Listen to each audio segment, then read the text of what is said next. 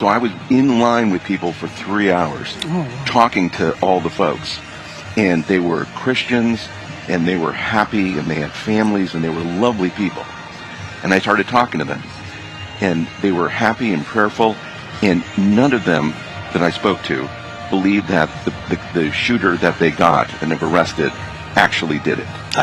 And they are the War Room Posse. It's 0%. They were they were angry. Same with our chat. They don't need that. They don't not saying this guy's not a bad guy and an evil guy. Right. But they think something, and this is why Kash Patel did announce today that the FBI has officially expanded the investigation. My big fear was you would get a lone wolf, lone gunman, and Utah police, and everybody want to shut it down. I think Kash said today that they've expanded it out because we have to. Forever. So I was in line. A lot of people are very skeptical. A lot of people are very skeptical about Kash Patel also, though.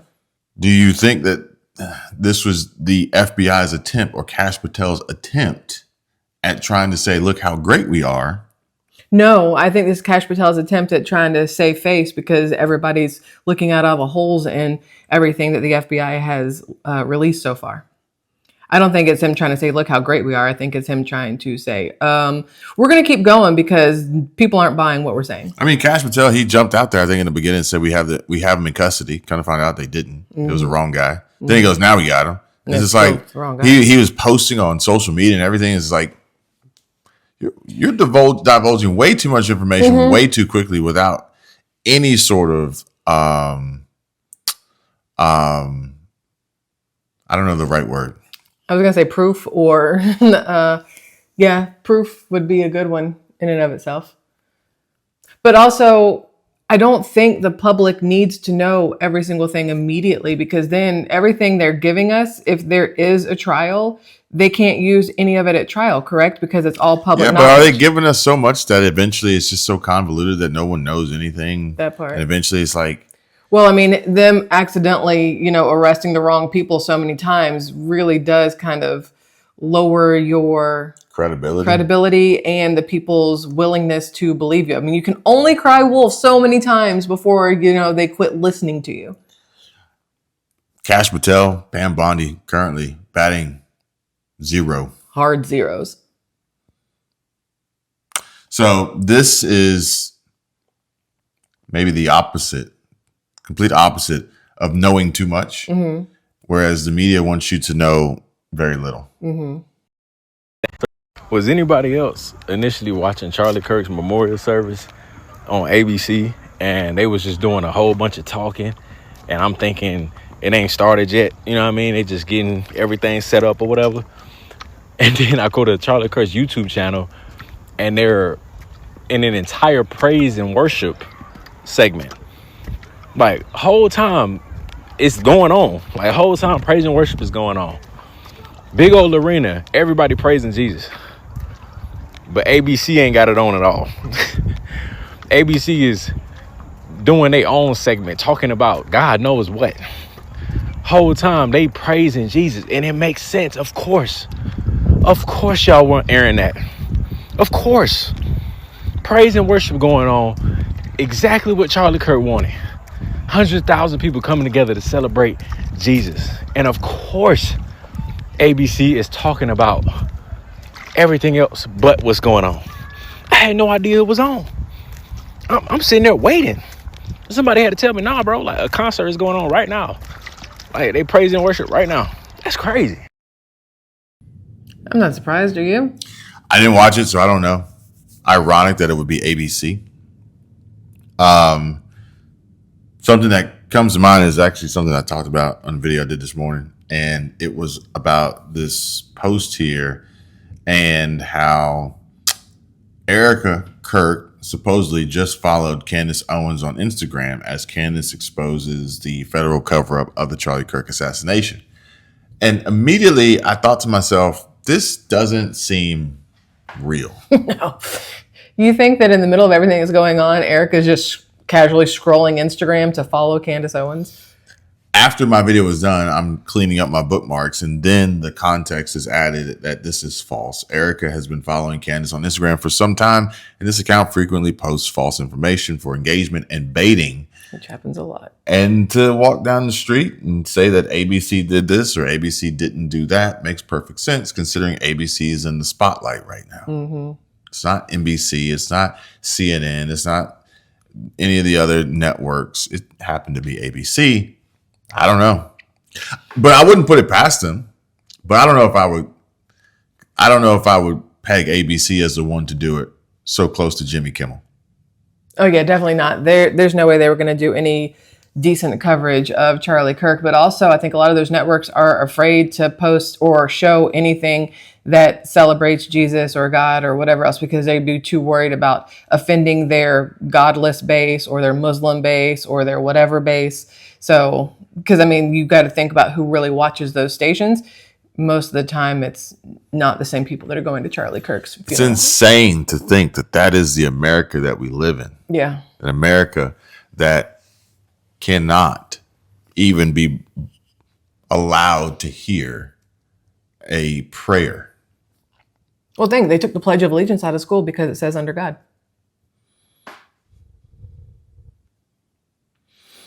Something else you also won't hear is any of the counter arguments against Charlie Kirk. For instance, multiple instances of people who can't give specific examples of all the things, all the reasons why Charlie Kirk was such a bad person and such a racist and misogynist and, hateful and evil and, dare I say, according to them, deserve to be unalive. So I want you to tell me, though, you say that the Republican Party is underrepresenting Black America. Well, not just Black America, it's many other. I'm saying they're overrepresenting white Christian culture, and that matters because it shows that that's what your value set is. I don't believe that you have value sets for non-white. What is white Christian culture? Tell me what that is. You drip it in the morning when you get out of the shower, bro. Like, what are you hating women, hating different people, and How do I hate women exactly? Tell me how I hate women. Sir, I've listened to several hours of your programming a week. Give me one example. You're incredibly misogynistic. Give me a second example. Yeah. Again, can you give me a third example? Can you name any women that are on any leadership positions anywhere on the Republican side of Congress? Yes, Senator from Mississippi. Senator Lummis from Wyoming is on a leadership committee. Senator Lummis from Wyoming. Yeah, that's a. Yes. Also, when was the last time he had hold on a second. Also, Senator Katie Britt gave the response to the State of the Union address, and she did a great job on that one, guys. You guys remember that? That was okay. Hilarious. No, but tell me, you came after. We are suffering. Okay, so tell me very very clearly though. Yeah. You said that I hate women and I'm misogynistic. Yeah. Can you give me an example? I can't. I don't have a specific example right now. Because it doesn't exist. It doesn't exist. I think it because does. you're making it up. I got you earlier though, and I love you, my friend. But tell me your evidence. I'm going to move it down onto the next person. Can you tell me your evidence? A lot of people lined up. You have a wonderful final day, question. Buddy. Are you voting for Kamala Harris? I'm voting not Trump, motherfucker. So I pretty much figured him out the moment he started talking. How Charlie managed to my blood pressure went up just watching it. To want to engage in this, because this is a conversation, this debate, this dialogue, it goes nowhere. No, that guy wanted to be something he wasn't. Okay, and he didn't want to prove Charlie Kirk wrong from the standpoint of factually, and give any specific example for which he says white Christian culture is hating women. Is that what he said? Mm-hmm. Sounds like a little bit of Jasmine Crockett going on. Jasmine Crockett, she's got one that says, oh man.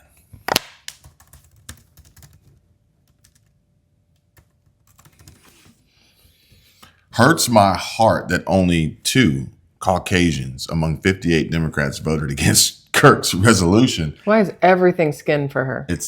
Every single thing is race based for her. It's such a misrepresentation. But this guy with his Pit Viper shades on and his Nicolas Cage t-shirt wanted to get a rise, number one. 2, be an internet meme, perhaps, ridiculed for his appearance. Just to perpetuate his own ideology of this left or this hate that is really coming from the left. Mm-hmm. But his sign off was he really wanted to be a stand-up comedian. He was hoping to be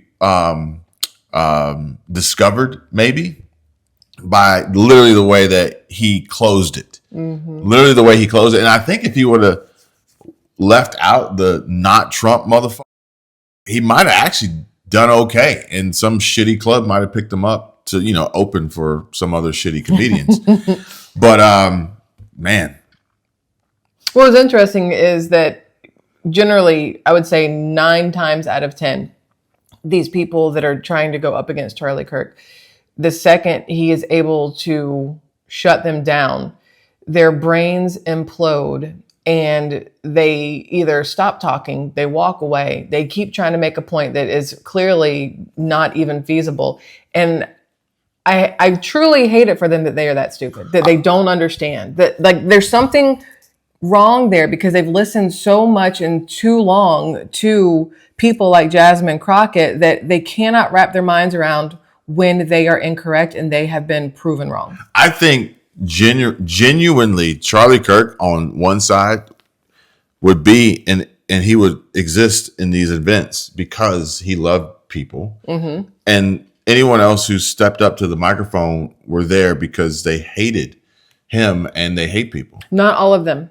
There were people who stepped up there just to say, Charlie, we love you. Charlie, what's your favorite drink? Which is why the Majestic Mint Tea with 2 honeys is huge, because those girls stepped up to the microphone and said, we just want to know what you drink. What's in your cup? You're always drinking the Starbucks cup. What's in your cup? And there was no hate. There was no anything. It was just a good conversation.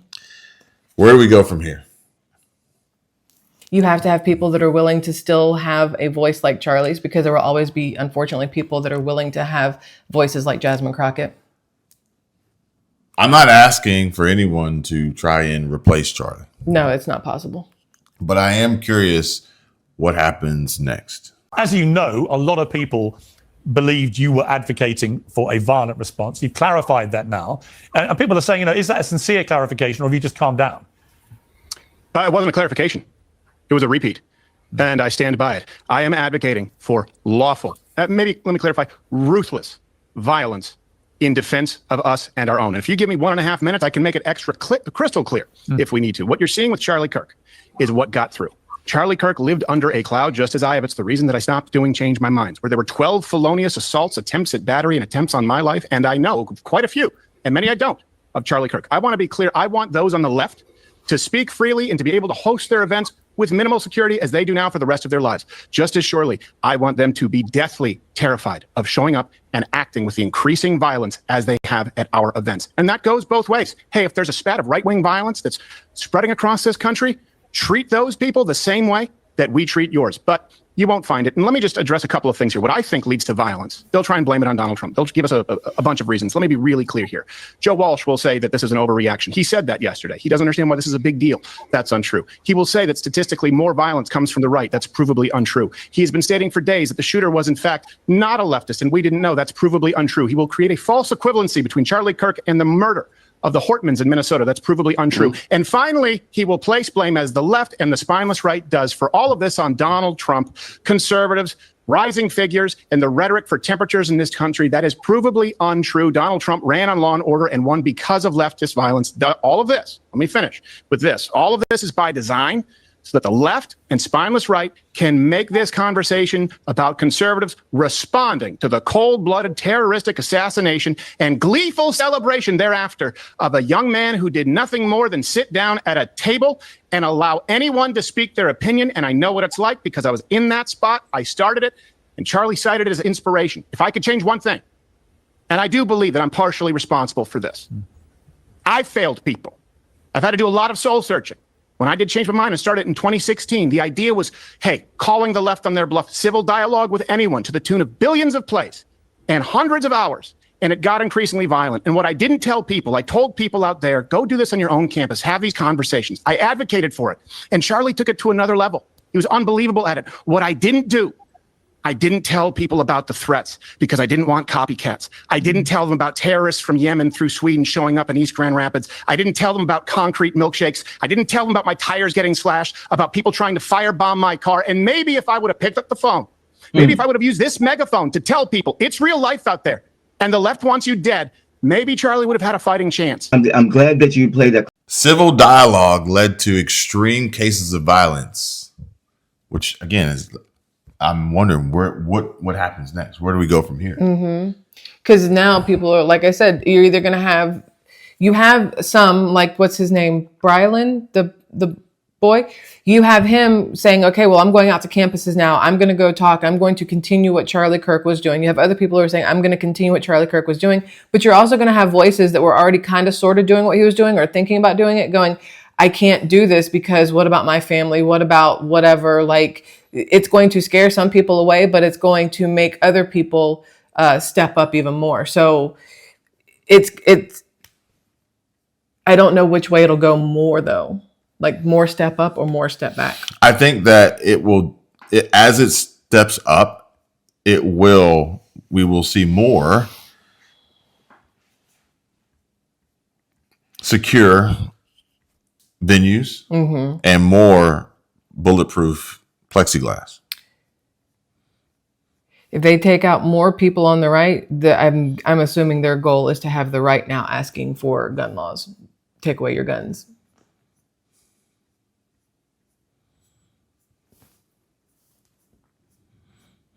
Yeah, they've always been trying to take away our guns. But the right hasn't agreed with it. But you start doing this, you may have more people who side with it because of how I don't think I hope not. I don't think you're going to get conservatives siding with disarming legal law-abiding citizens because leftists keep killing the right. I just don't. Well, unfortunately, there's people out there who don't understand that by disarming legal people, it's not disarming people who have them legally, is not disarming people who have them illegally. No, you're absolutely right, but I don't think there's enough of them. Yeah, I don't think there's enough of them. I was trying to find this clip of this the new voice, perhaps maybe, and I think this woke a lot of people up, but it's also lighting a fire in younger crowds. These aren't. Are you looking for Charlie Brown? These aren't students on college campuses. These are students in middle school. Are you looking for Charlie Brown? Probably not even high school yet. That's his name. So there's this young kid named Charlie Brown, weirdly enough, in a blue suit, red tie, white shirt, and he looks like he might be 13 or 14.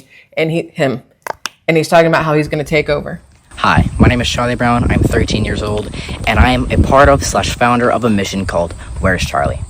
This mission was created after the assassination of Charlie Kirk because it made me think, what nation do we live in where people are killed for exercising their right to free speech?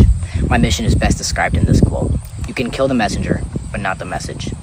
I am trying to bring together hundreds, thousands, and eventually millions of people to be a Charlie, to get truth and decipher that truth through critical thinking, just like Charlie did. Charlie may be gone, but now I am Charlie. You are Charlie. We are Charlie. And this is an American comeback. I think it'll work. I think it can grow. I think it's going to take shape, form a lot on platforms, social media.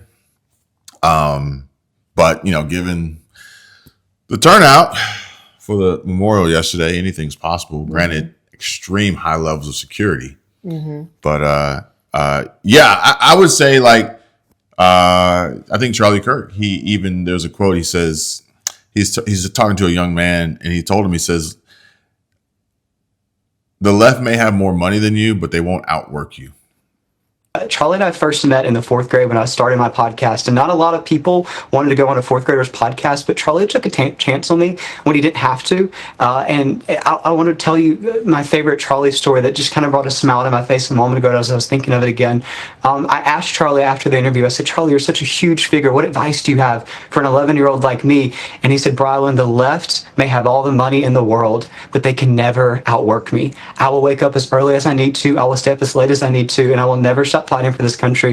And that was so many years ago. And we'll spend this week remembering Charlie and remembering his legacy. And a lot of people have a lot of things to say about the impact that Charlie had on this nation and on the youth movement and getting Gen Z off the sidelines. But I just want your audience right now to remember Charlie as a family man, as a man who, even during the election cycle, as all of us were crisscrossing the nation, still took the time to take a Sabbath, still took the time to turn his phone off on Sundays, to go to church with his kids, to go to church with his wife. And those are the people I'm thinking of right now. His amazing wife, Erica, his 2 young children. Well, what do you say to them now? Do you say that Dad went to speak on a college campus, a place of free expression, and he never came home? And you know this. I've been with Charlie at dozens of these speeches. He goes and he opens a microphone, and the first thing that he says to his audience is, if you disagree with me, come to the front of the line. Please have a conversation. This person that clearly disagreed with him could have saved all this by talking. Well, if anything, I hope that this pisses us off so much that we start talking again, because I'm outraged that we are living in a nation where civil discourse is bygone. And if anything, Charlie would want us to have conversations, because that's what he lived his life doing.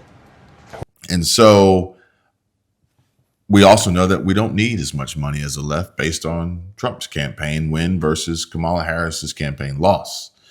And so we just have to outwork them in how we're going to do what we do to get the message out, for which the world, this country definitely for certain needs to hear, and in a safe and effective way. Mm-hmm.